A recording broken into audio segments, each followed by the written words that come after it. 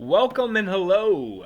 This is the UFC Money Train. This weekend we have Curtis Razor Blaydes versus Derek the Black Beast Lewis. A great heavyweight matchup this weekend. I really appreciate you guys tuning in and listening to me. We're just going to be breaking down every single fight. There's 15 of them, guys.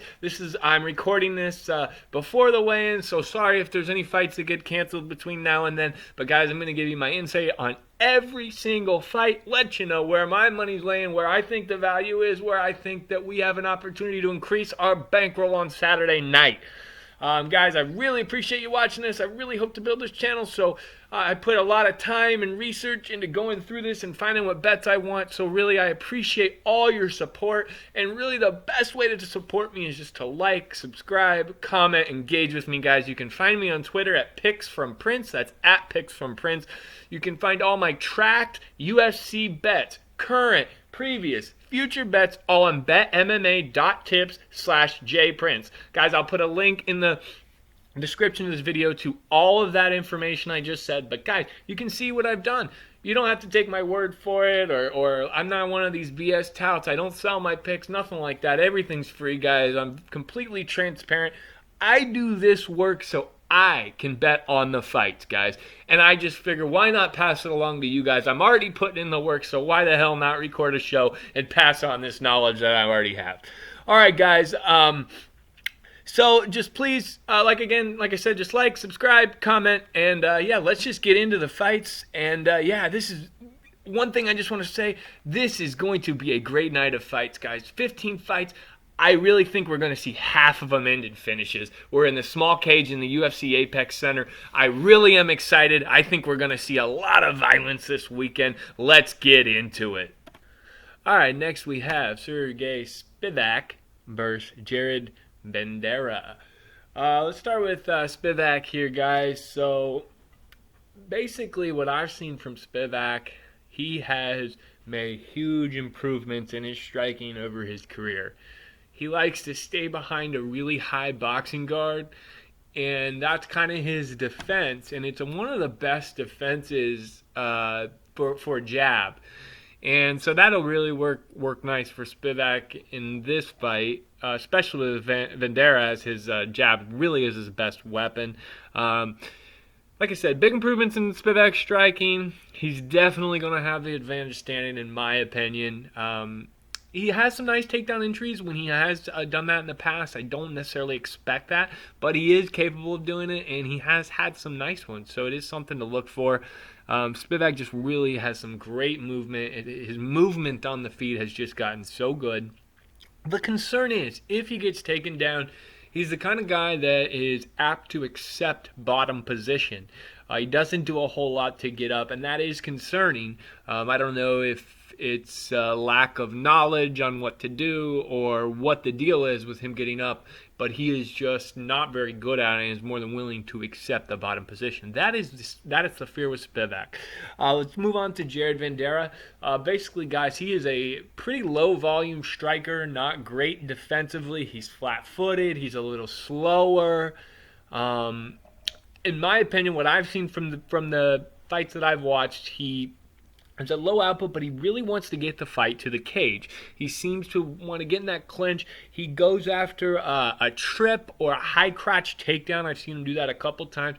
I don't think I've ever seen him have an entry that was below the hips. Never seen him go for like the double or single and shoot low.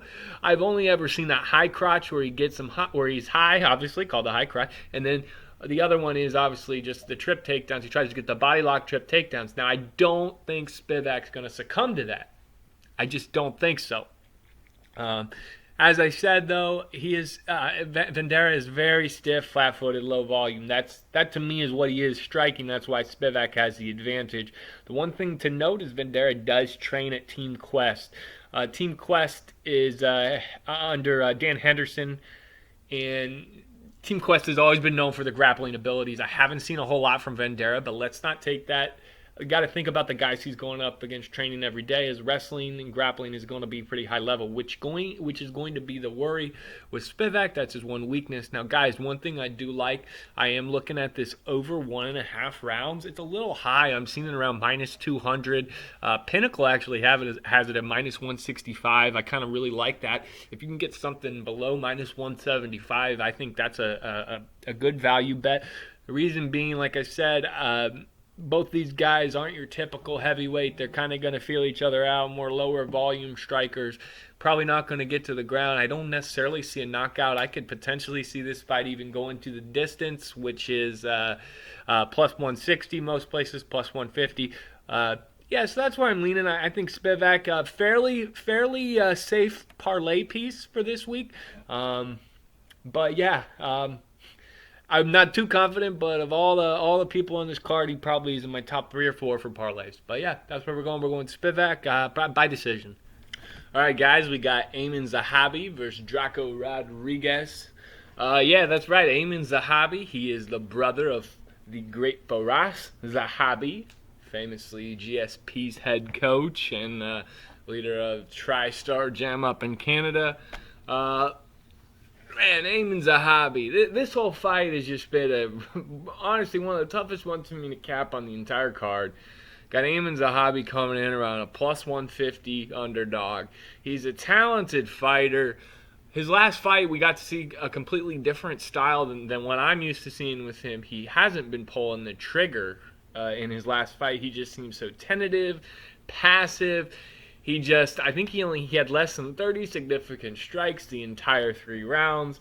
He wasn't putting a stamp on a round like he typically does, and I think there's a reason for that. If we go back 2 fights, he was having a really good fight versus Ricardo Ramos, and what happened is that Ramos catches him with a really nice elbow that knocks him out in the 3rd round. And ever since then, which he's only had 1 fight since then, but it has been almost 2 years since that last fight, he's just been so tentative, and we've seen in different Zahabi. So which Zahabi do we get? You know, he's a black belt on the ground.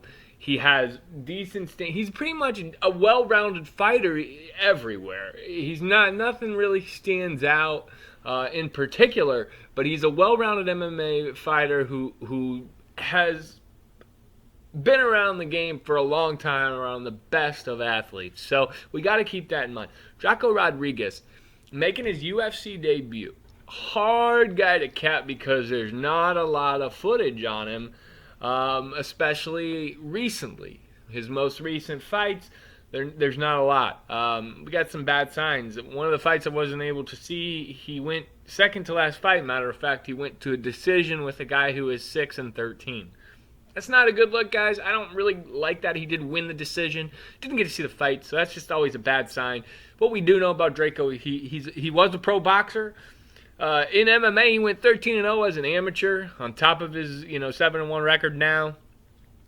We know that he's a strong, fast, athletic, 24-year-old guy that's getting better every single fight. And usually those young guys, we see so much improvement between fight.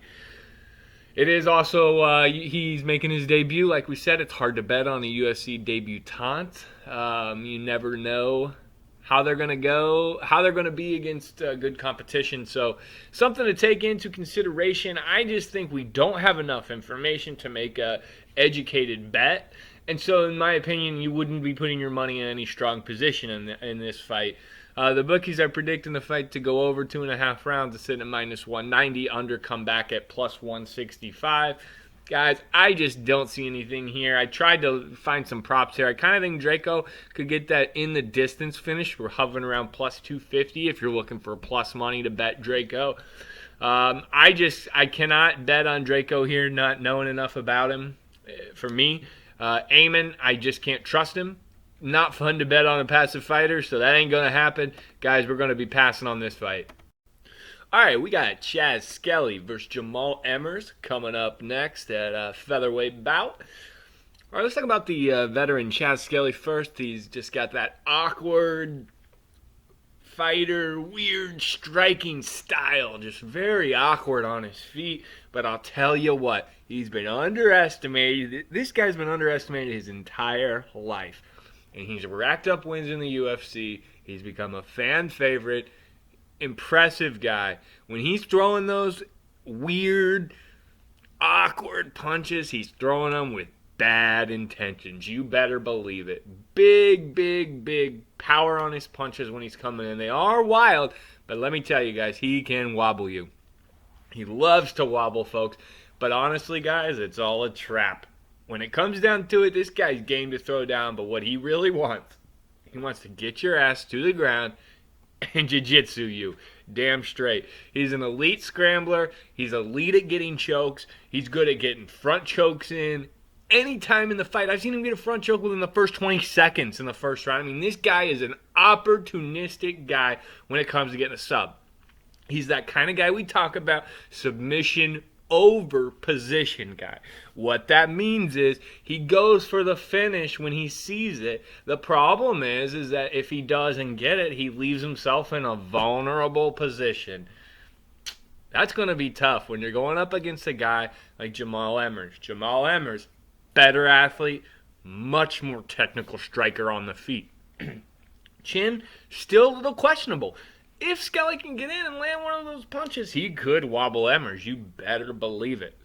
Here's the thing about Emmers that we got to know against Skelly. That's the most important thing coming into it. He is a very good grappler himself. Jamal Emmers is. And I think he'll be very smart and try to keep this fight on the feet. He seems to have a smart fight IQ. I think he's going to know that. So actually, to Jamal Emmers' credit, he's averaging almost 3 takedowns per 15 minutes, where we got Chaz Skelly averaging 1.75 takedowns per 15 minutes. So Emmers actually has been known to get the fight to the mat even more than Skelly has. However, guys, let me tell you, if this fight goes to the ground, Skelly will have the advantage because I can see him, like we said, getting the choke, going for a submission, putting Emmers in a vulnerable position. Emmers has been choked out before. Emmers is a good wrestler, though, so in my opinion, he'll be able to defend the takedowns from Skelly. I don't think we're going to get any monkey business. I think maybe if there's like to put a stamp on a round, at the end of a round, we might see Emmers take an opportunistic takedown. But that's about it when it comes to the takedowns, guys. So when we just look at the pure striking, over 5 significant strikes landed per minute for Jamal Emmers. Chaz Skelly only averages 2.2 significant strikes per minute. It's a massive, massive numbers difference there, guys.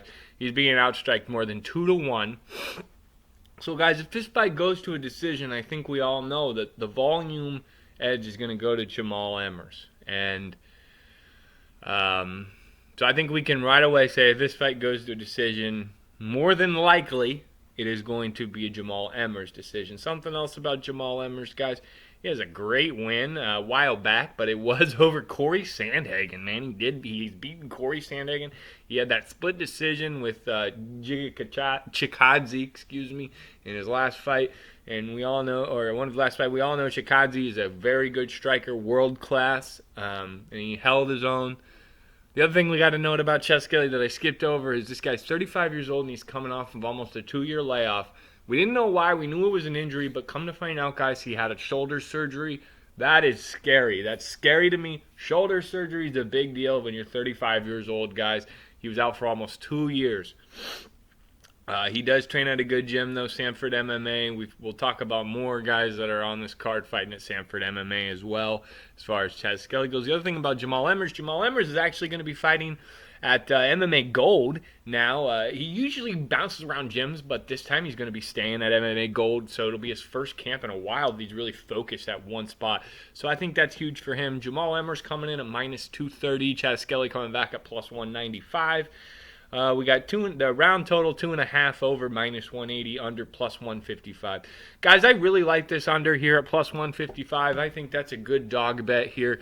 Like I said, we all know Chaz Skelly's a submission over position guy. He's going to go for the finish at all costs. Jamal Emmers, he had that split decision loss against Chikadze, and I think ever since then I've heard a few interviews with him, and he's talked about how he doesn't want it to go to the judges anymore.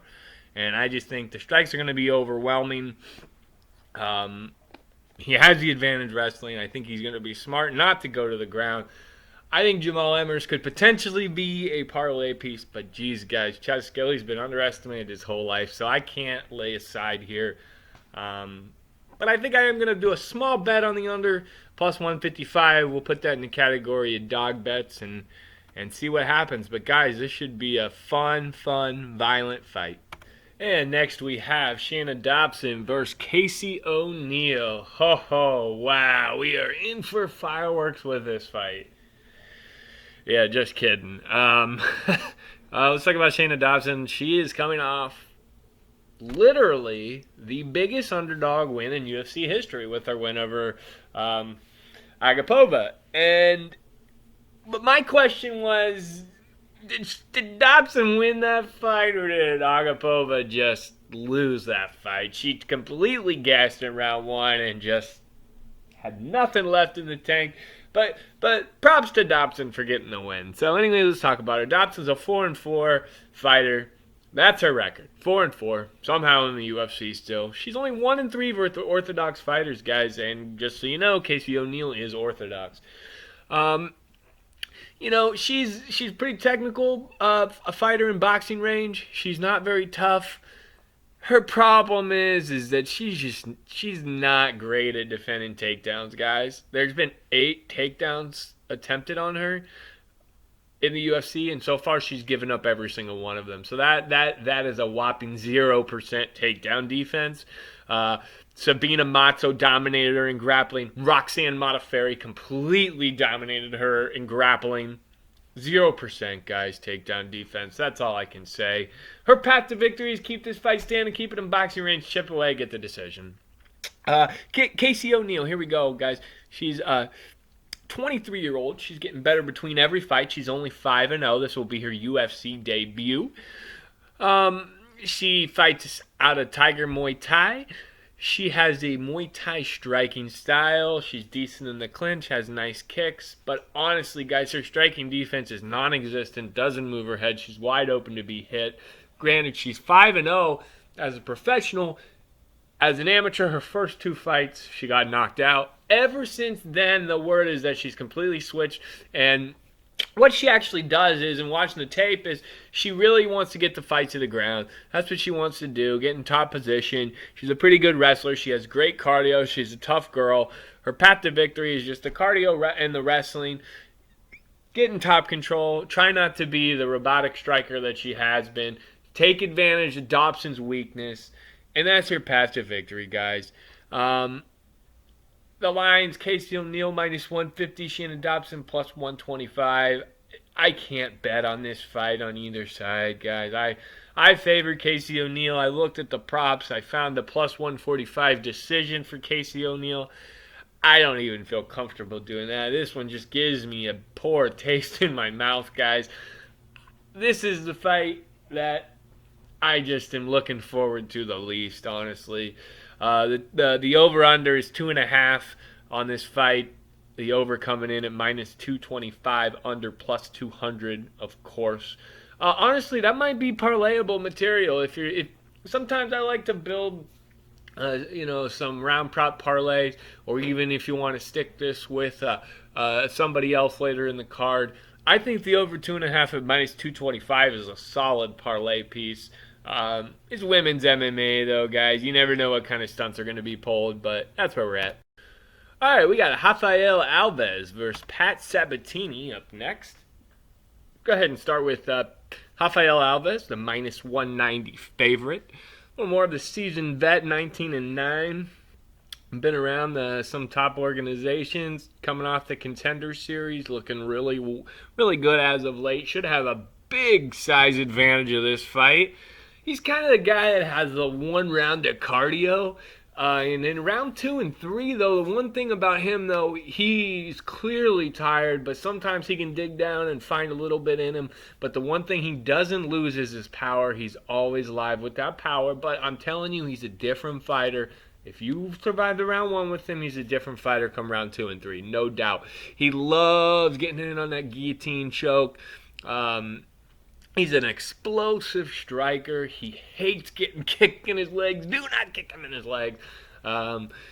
He doesn't deal with forward pressure great either. He really doesn't. He doesn't like that. He is a black belt on the ground in BJJ. Not a great wrestler though, but he seems okay sometimes to give up takedowns in order to get to the mat and kind of just accepts it. And he's such a high level on the mat that he's okay with that, especially early on. And he kind of allows guys to get in dominant positions. And when he gets tired down the line, Pat Sabatini. Plus 160 dog in this fight. He's taking this on an 8-day notice. Pat Sabatini's just a tough son of a gun, guys. Never been finished other than injury. Just so tough. I think one of his fights he had a separated shoulder and he never tapped out and on a shoulder crank. I mean, this guy's he's a tough guy. He ain't gonna get him out easy. He's a good wrestler, relentless pressure. Over 75% of his finishes are by submission. The question here is, can he get the bigger, more physically imposing guy to the mat and be able to do what he wants to do? On the feet, he has a karate background, a lot of movement, striking. Not a great boxer, but decent power in his right hand. Can land a big one with his right hand. He really has good timing on his level changes, great chain wrestling that ends up breaking guys mentally. And what did we just say about Alves just a minute ago? We said he does not deal with forward pressure well. Guys, this is going to be relentless pressure from Sabatini here. In my opinion, this is the way I see this fight going. Competitive first round. Rafael Alves looks a little bit stronger, a little bit faster, a little bit more athletically imposing, able to stuff the takedowns from Sabatini in round 1. Starts to tire out. Sabatini round 2 doesn't let up. He's that relentless guy, chain wrestling, boom, boom, boom. Finally gets him to the ground, implements his game, breaks Alves, and I think that Sabatini is live for the sub in round 2 or round 3. I think that's a great way to bet this fight. You can get this. You can bet him submission plus 650, guys. This guy 75% of his wins are by submission, and you're going to give me plus 650. That doesn't add up against a guy who's been sub 6 times in his career. all of Alves' losses have been by finish. 6 by sub, 3 by knockout. So guys, the sub prop is a great prop bet. It's one of my top props of the night. But the other way, guys, I could see Alves surviving. I could see Sabatini just getting that top position come later on in the rounds and getting a decision as well.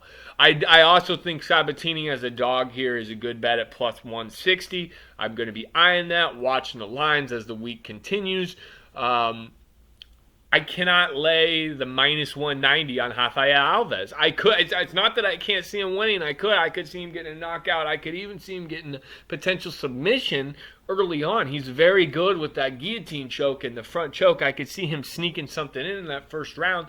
But guys, after that, I see it's all Sabatini. So I have to go with the dog here. It's dog or pass for me. Love the sub prop, but that's the way we're going on this fight.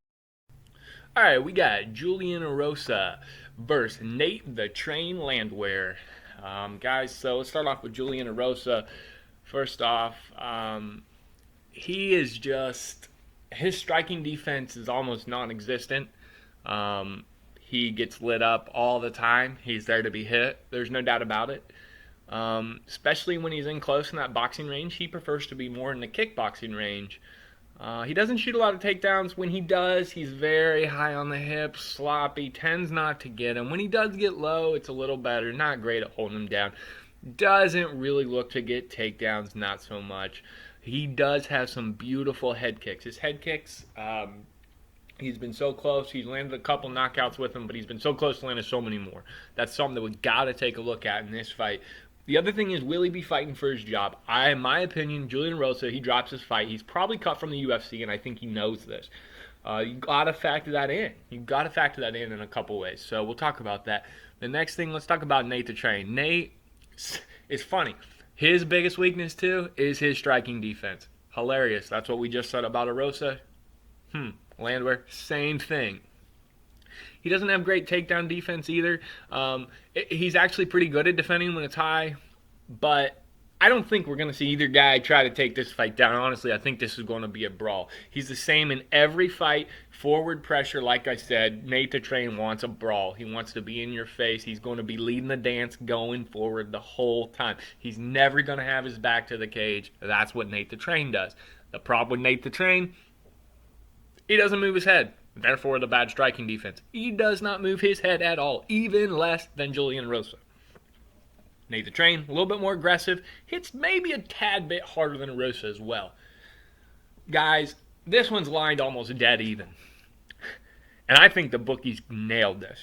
If I had to pick, I lean Nate, just barely.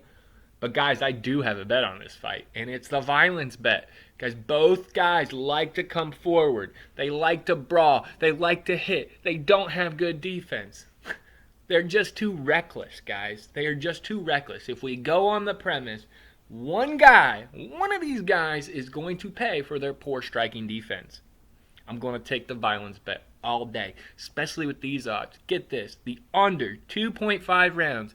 The under 2.5 rounds, I got at minus 105. It is still available some places between plus 100 and minus 110.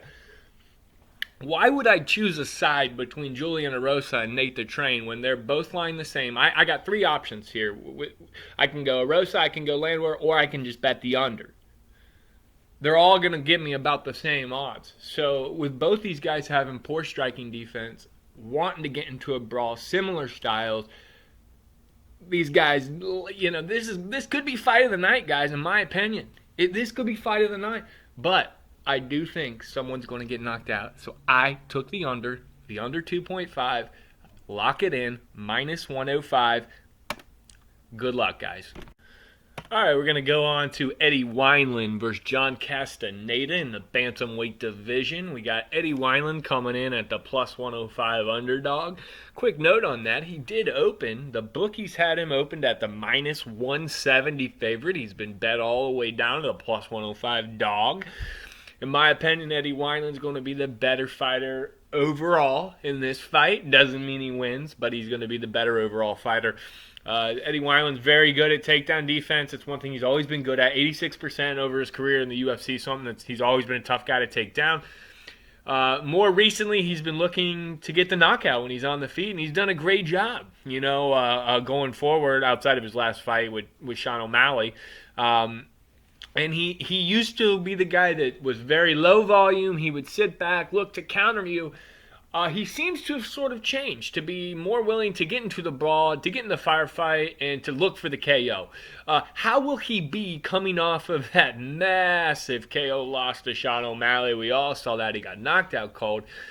That can really, really take a toll on you. So we'll see how he comes off of that. But overall, this guy's going to have way more experience than his opponent, John Castaneda. He has a higher fight IQ, in my opinion.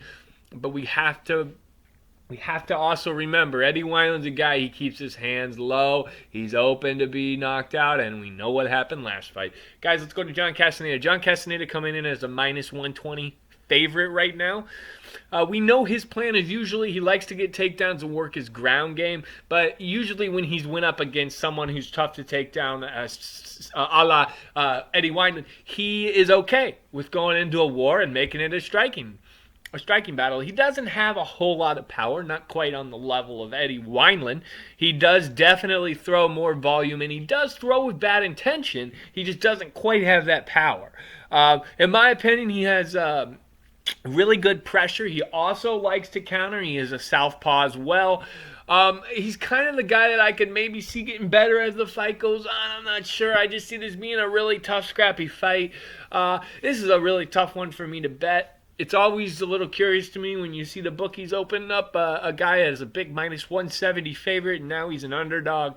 So that's something to look at. I know there's certain people out there who have betting systems, and this would fall under one of their bet-on systems. To me, it's not. I look at the overall picture. But if you're looking for something like to bet every single fight, Eddie Wineland, I think, is the way to go here.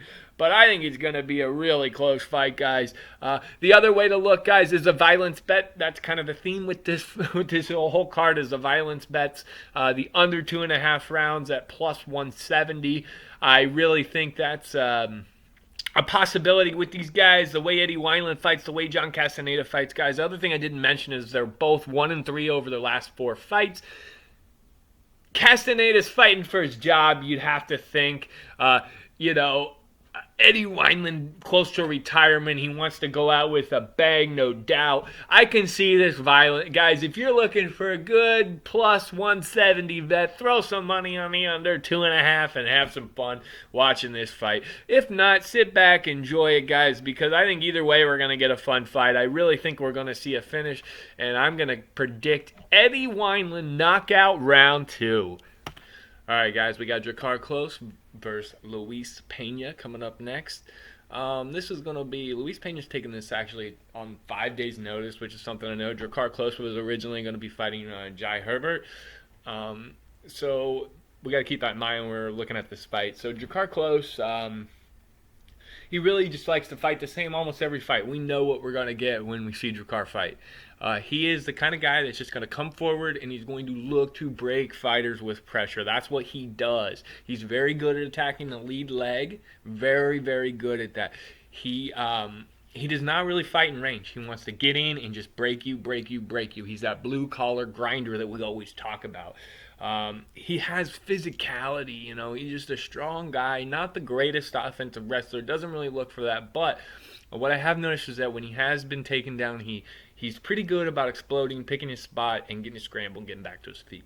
Let's talk about Luis Pena. So Luis Pena, first off, what I just said about Drakkar Klose, about his leg kicks, let's talk about this. Luis Pena's lead leg is wide open. The problem is that he's a southpaw. Klose is orthodox. So that inside leg of Pena is going to be open for Klose to attack. Now, Klose is usually good at attacking that. Now, is that his main focus? No. Will he make that a main focus of this fight? I can see that just because it's going to be out there and open for him. So then let's talk about Pena. Pena is that rangy fighter.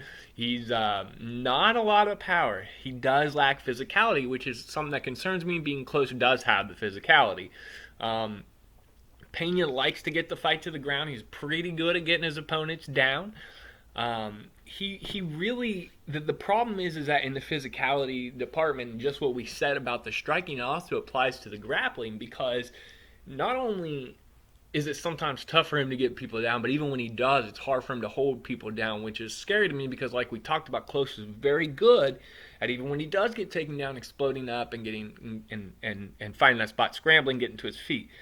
The other thing is, though, Pena is always looking for a submission. He's a submission over position guy. I think a lot of that has to do with his physicality, but he's also very good at looking for that submission. The problem is, will he have that strength to be able to get into that position with Drakkar Klose?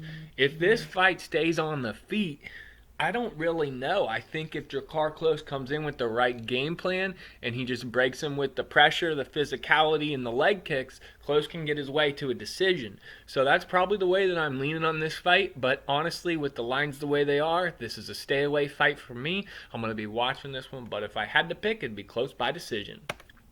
All right, guys, we got Danny Chavez versus Jared Gordon coming up. Let's start with Jared Gordon first, guys. Jared Gordon is just your typical blue blood through and through grinder. The whole thing that he's going to do, his whole thing is he's a pressure fighter. He's going to come forward, weather the storm, doesn't have great striking defense, will take a shot, and his chin isn't even that great. That's the thing. This guy has a shoddy chin. He can be knocked out easily.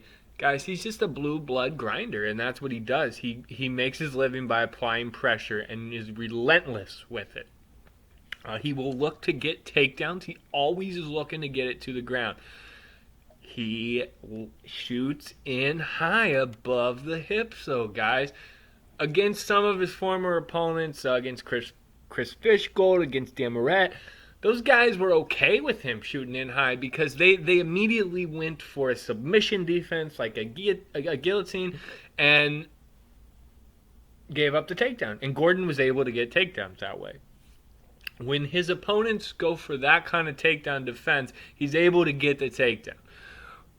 As far as giving up the takedown in order to get a submission, that's what Jared Gordon has worked well for him.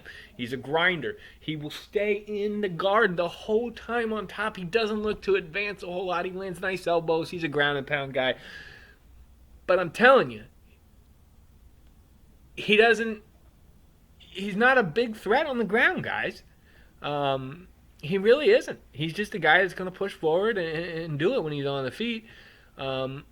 I just think that a guy who has good takedown defense and decent striking is going to manhandle Gordon. And so let's talk about Danny Chavez. Is he that guy?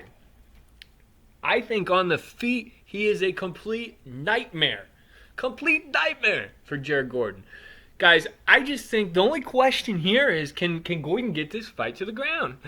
And I really, really, really land on the side of no, he won't be able to. Or if he does, it will be late and it won't have meaning on the actual outcome of the fight. Why do I say that? Guys, watch Chavez's last fight against TJ Brown. Brown's a wrestler, and the whole fight he wasn't able to get Chavez to the ground. Chavez, that whole fight, had fast hands and just dominated on the feet, picked him apart. And so, Brown finally starts going in, and here's the thing. Chavez has really strong hips on this takedown defense. He's so good, and what he usually does is, if he gets his back against the fence, he has the strong hips, and he's able to get underhooks and then control the clinch, and that's how he defends the takedown. It's genius, and he does a great job. Chavez, actually, in that fight in round 3, he actually went and got 3 takedowns of his own and 1 suplex. He has fight IQ. He knew that he's not a wrestler. He's not going to look to get the takedown. But if it presents itself and he thinks it will help him steal around, he's a smart guy. That, to me, showed me that he had fight IQ. I really like that. Guys, I think when we line up skill for skill here, this is an easy choice. Danny Chavez should win this fight. The only way, in my opinion, is if he gets an off chance he gets caught, or if Gordon is able to take him down and hold him down and relentlessly apply his pressure on him. I don't think Chavez is going to accept that. Chavez does not want to be on the ground. He's smart. He knows what Gordon's game plan is. Chavez has shown in the past that he has good takedown defense. We know he's going to pick Gordon apart on the feet. Guys, Chavez, I locked this one in 3 days ago. Early in the week, I got it minus 130. He's still hovering in that minus 140, minus 145 range. I personally think Chavez should be a minus 200 favorite in this fight. And guys, I say this as a big fan of Jared Gordon. Jared Gordon has an amazing story. He really does. Look it up if you've never seen it. He battled, with addiction and really overcame that. And he's a true inspiration for a lot of people. I'm a big fan of his. So it's not easy for me to pick against him like that. But guys, I'm here to make money, and that's all that matters. I'm going to put my money in strong positions, and that's all we can do. Nothing's guaranteed ever, but this to me is a strong position on a card where there's not a lot of strong positions. So Danny Chavez, he is going to be my pick, minus 130. I think he's just going to dominate the fight. I predict Chavez by decision, unanimous, 30-27, might even get some 10-8 rounds in my opinion. But yeah, there we go, Danny Chavez. All right, guys, next we have a heavyweight bout, Andre Arlovski versus Tom Aspinall. So let's start with the old wily vet, Andre Arlovski. Yeah, I mean, the thing is, we all know who Arlovski is. He's changed up who he was when he was young in his career. This guy, he takes it into deeper waters. He stretches the fight out. That's what he's been getting when he's had success as of the last 4 or 5 years, has all been decision victories. He always has a very passive round 1. He's kind of tried to be the smart heavyweight, tried to take advantage of people getting the power dumps in the first round and really winning the second and third rounds. His cardio has proven that it's gotten a lot better, and it's very good, and that's how he's able to stretch this fight out. In my opinion, in this fight, he might be able to get this fight to the ground. We don't know much about Tom Aspinall because his fights have been so short. We do know Andre Arlovski has some pretty good sambo. He doesn't use it a lot, but if he can get the fight to the ground or stretch his fight into deeper rounds, that's going to be Andre's shot for victory. Tom Aspinall, young guy, very vulnerable for a heavyweight. He's very aggressive. He comes forward very recklessly. His head's open. It's very hittable. But man, he usually is able to land the shot quicker than you are. And this guy, he has a hard shot, and he is known for knocking people out. Round 1 victories, that's all that he does. We don't know too much about him, guys, because all of his fights have been so short. I mean, it's hard to know much about somebody when, 1, 2, 3, 4, 5, 6, 7, 8. 8 of his last 9 fights have ended in round 1, guys. I mean, that's insane. And most of them are in the first 2 minutes. So we don't know much about him. We don't know what he's like on the ground, on his back. I've never seen a fight of his that he's been taken down. Because most of the time it doesn't get that far into the fight. So my thing is, guys, if this fight can get stretched out, Arlovski might have a chance. If Arlovski can get the fight to the ground, he might have a chance.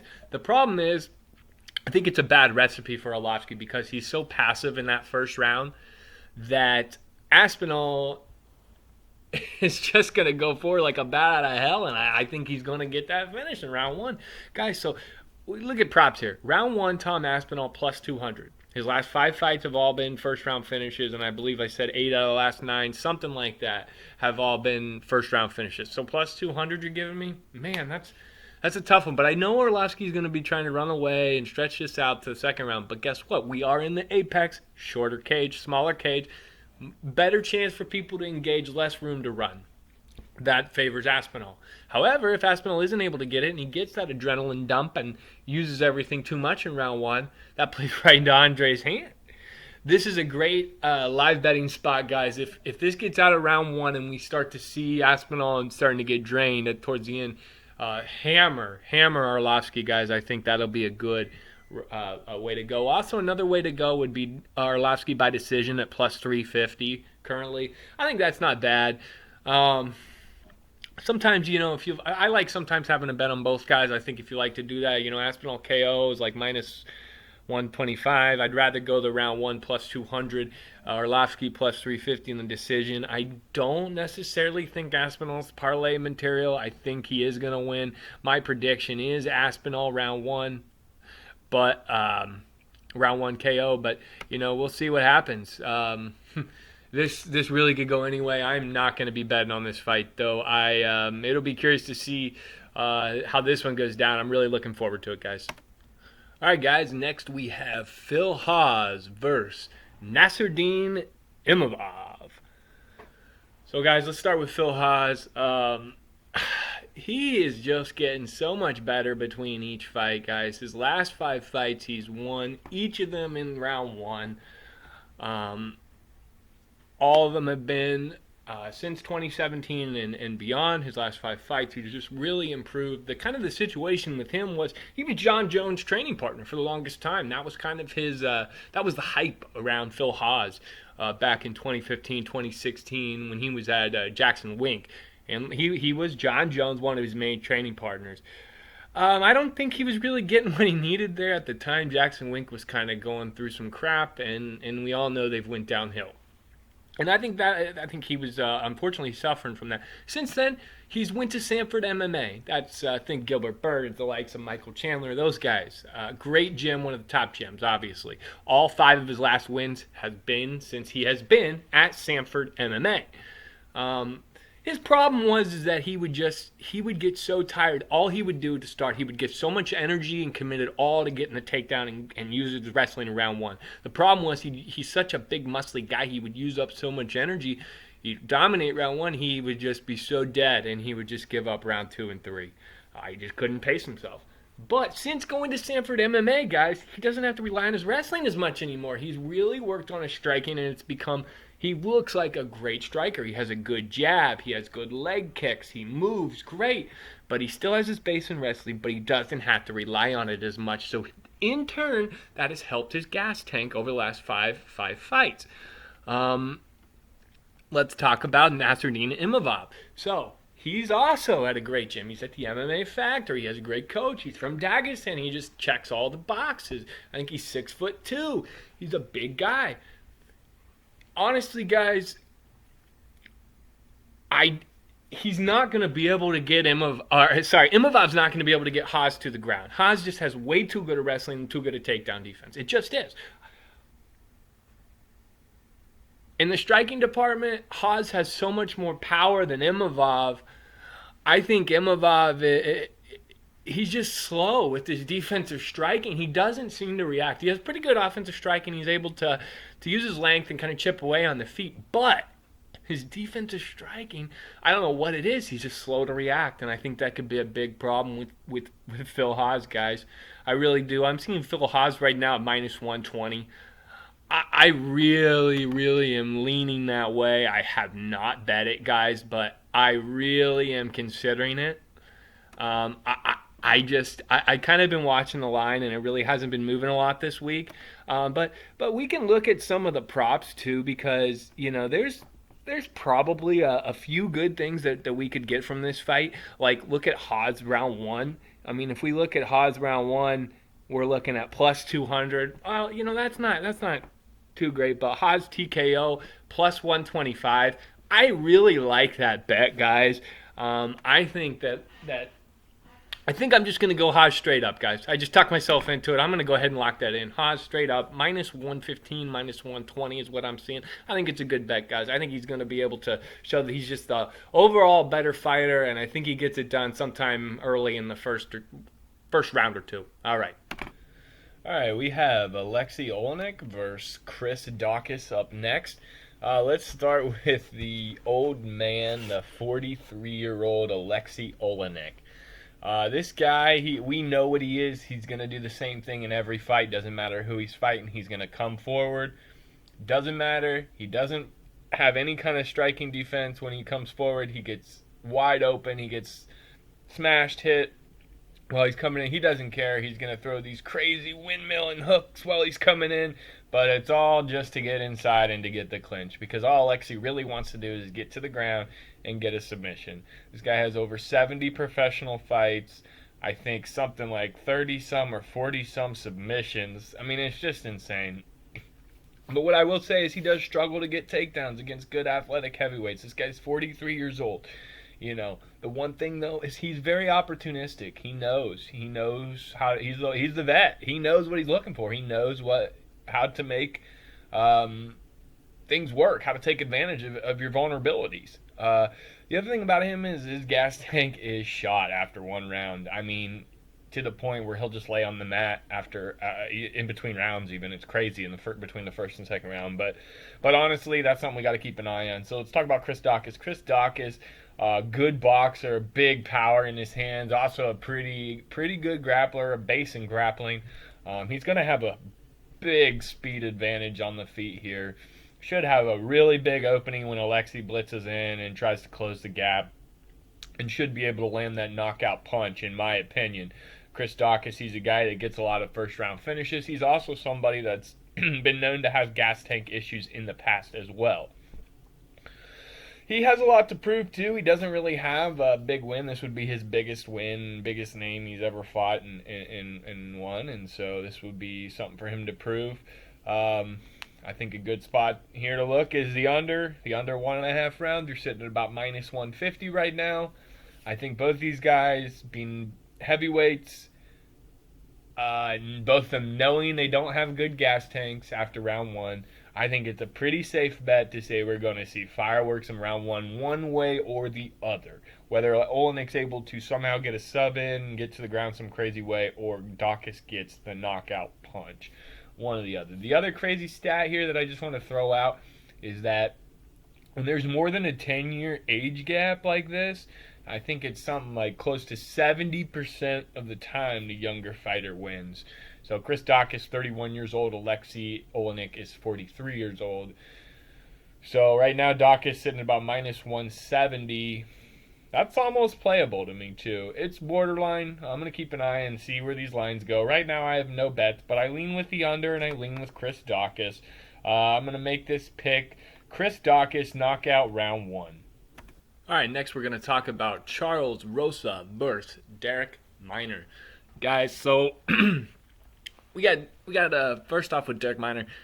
He is this guy that is going to commit everything to win in round one.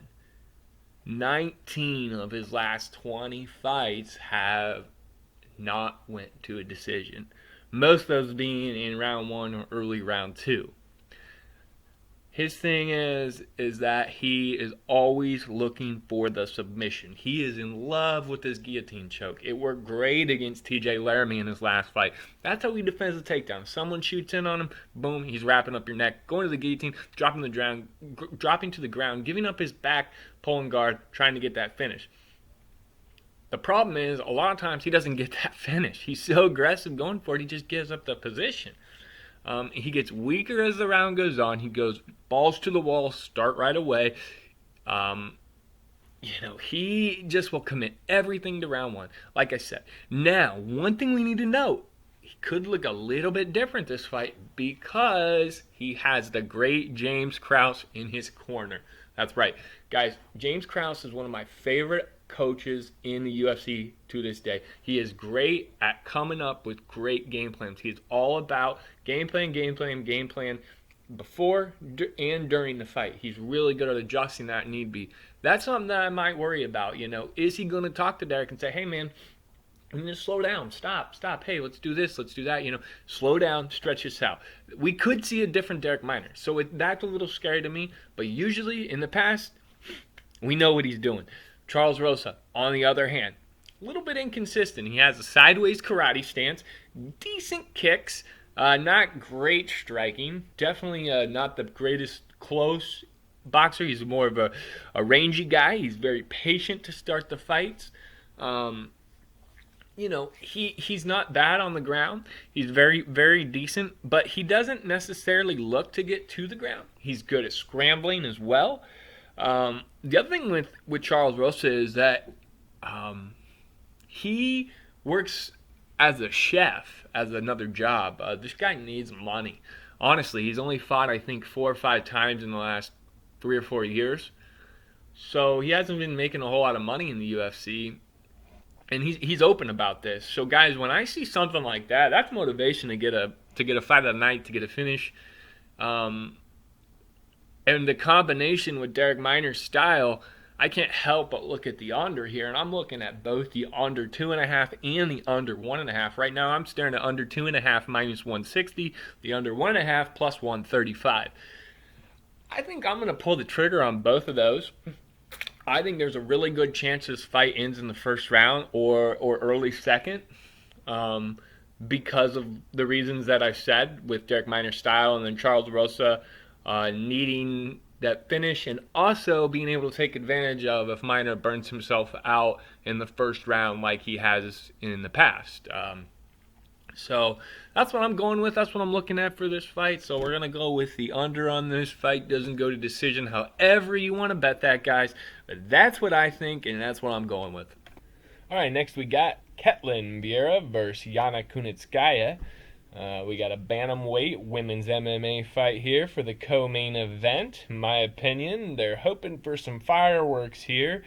Praying for it anyways. They're really trying to find somebody to fight Amanda Nunes for the bantamweight strap. I know she's got to fight Megan Anderson here at 145 here in a couple weeks, but she's going to need someone to defend that bantamweight strap against, and they're hoping that one of these two girls can answer that call. So let's start off with Vieira. She's a little bit lower volume on the feet, but she's going to have a way bigger power advantage. She's a very good boxer. That's her style. She is going to destroy Kunitskaya on her feet.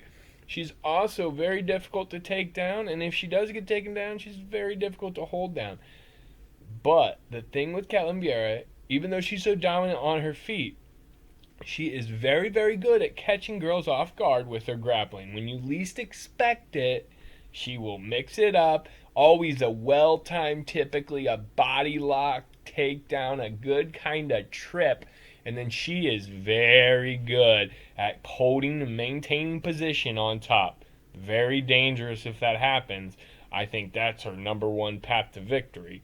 Yana Kunitskaya, on the other hand, let's just talk about this. She's only a 34% takedown defense. So, guys, I just wanted to touch on that right away since we just had talked about Ketlin's wrestling. So, guys, the thing is, Yana has bad boxing. She does not throw a lot of strikes. Her striking is all majority kicks. It's a very kick-style striking.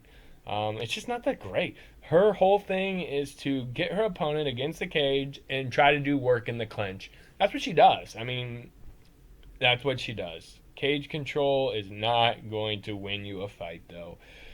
I just think this is Vieira all day. The odds reflect that. She's minus 270. Yana Kunitskaya coming back at plus 220. 2.5 rounds. Over is minus 330. Under plus 260. Guys, I just don't know how you bet this. The only way I can see it is if you find a prop here. But honestly, this is a really tough card to find parlayable fighters that you can trust. So honestly, on that note, Vieira is probably in the top tier on this card. If you're looking for people to parlay and you're trying to make, establish those tiers how you want them, Vieira might be in that tier 1. So something to consider. Right now, guys, I have no bets on this fight, but we will see how it goes. All right, guys, it is here. The main event of the evening. We have Curtis Razor Blaydes taking on Derek the Black Beast Lewis. Oh, man, we got two heavyweights going at it in the main event. This fight was supposed to happen a while back.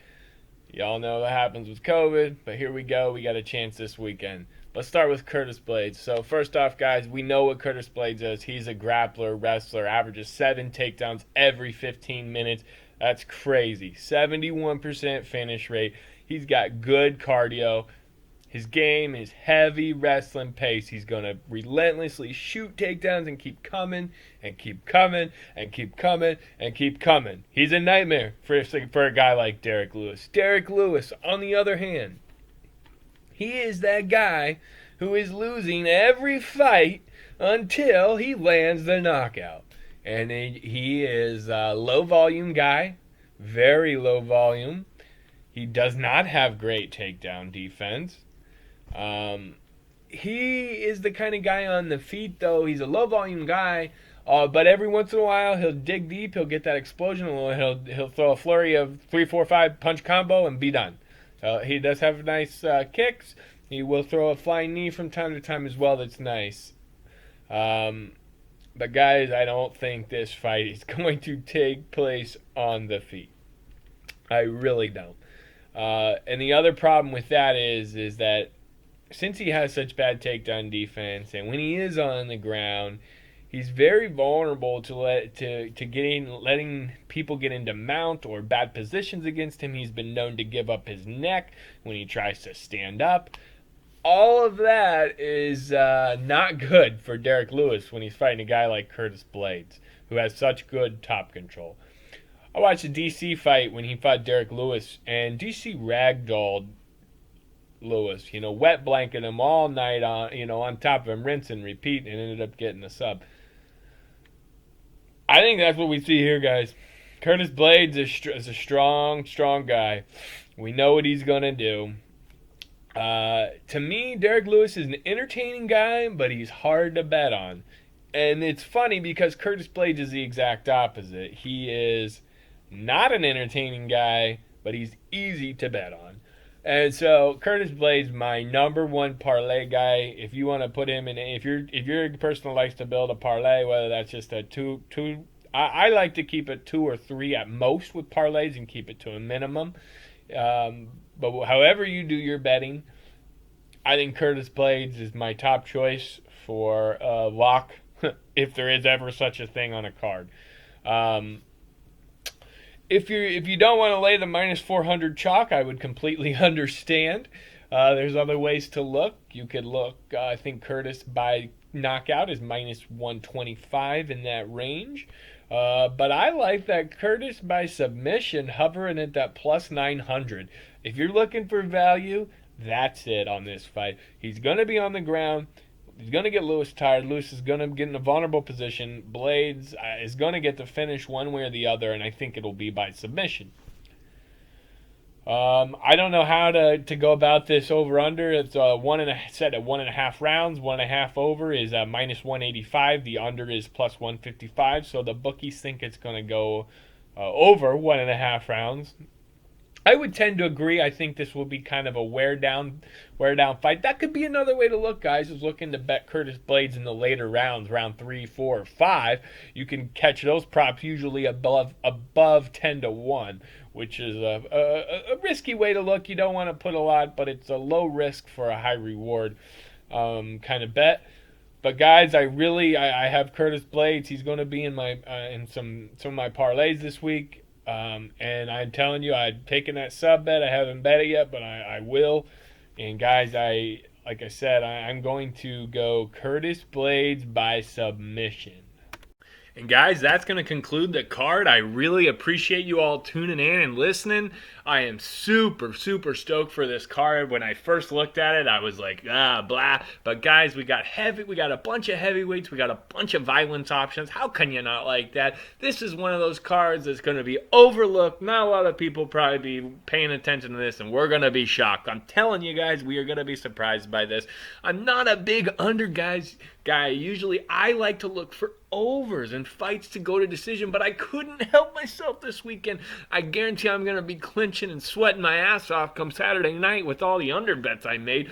But guys, I have to trust my research and trust what I saw on the tape.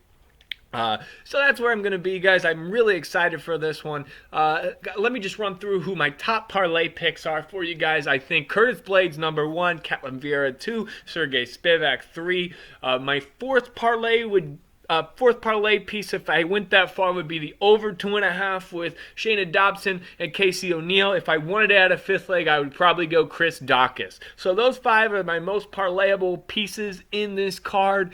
I wouldn't recommend going any more than 2 or 3 at the most, unless you're just going to throw, a few dollars on something, guys. Then you can go crazy and make your millionaire parlay, whatever you want to do.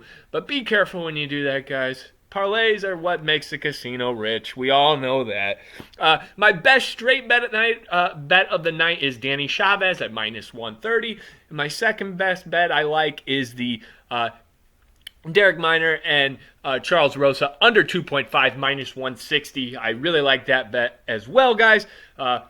Best of luck to all you. I hope that we can all cash some tickets and build some bankrolls this weekend. Let me know what you guys are on. You can find me on Twitter at PicksFromPrince. Find my betting, all my betting record, tips, everything in case I add any bets between now and Saturday. Betmma.tips.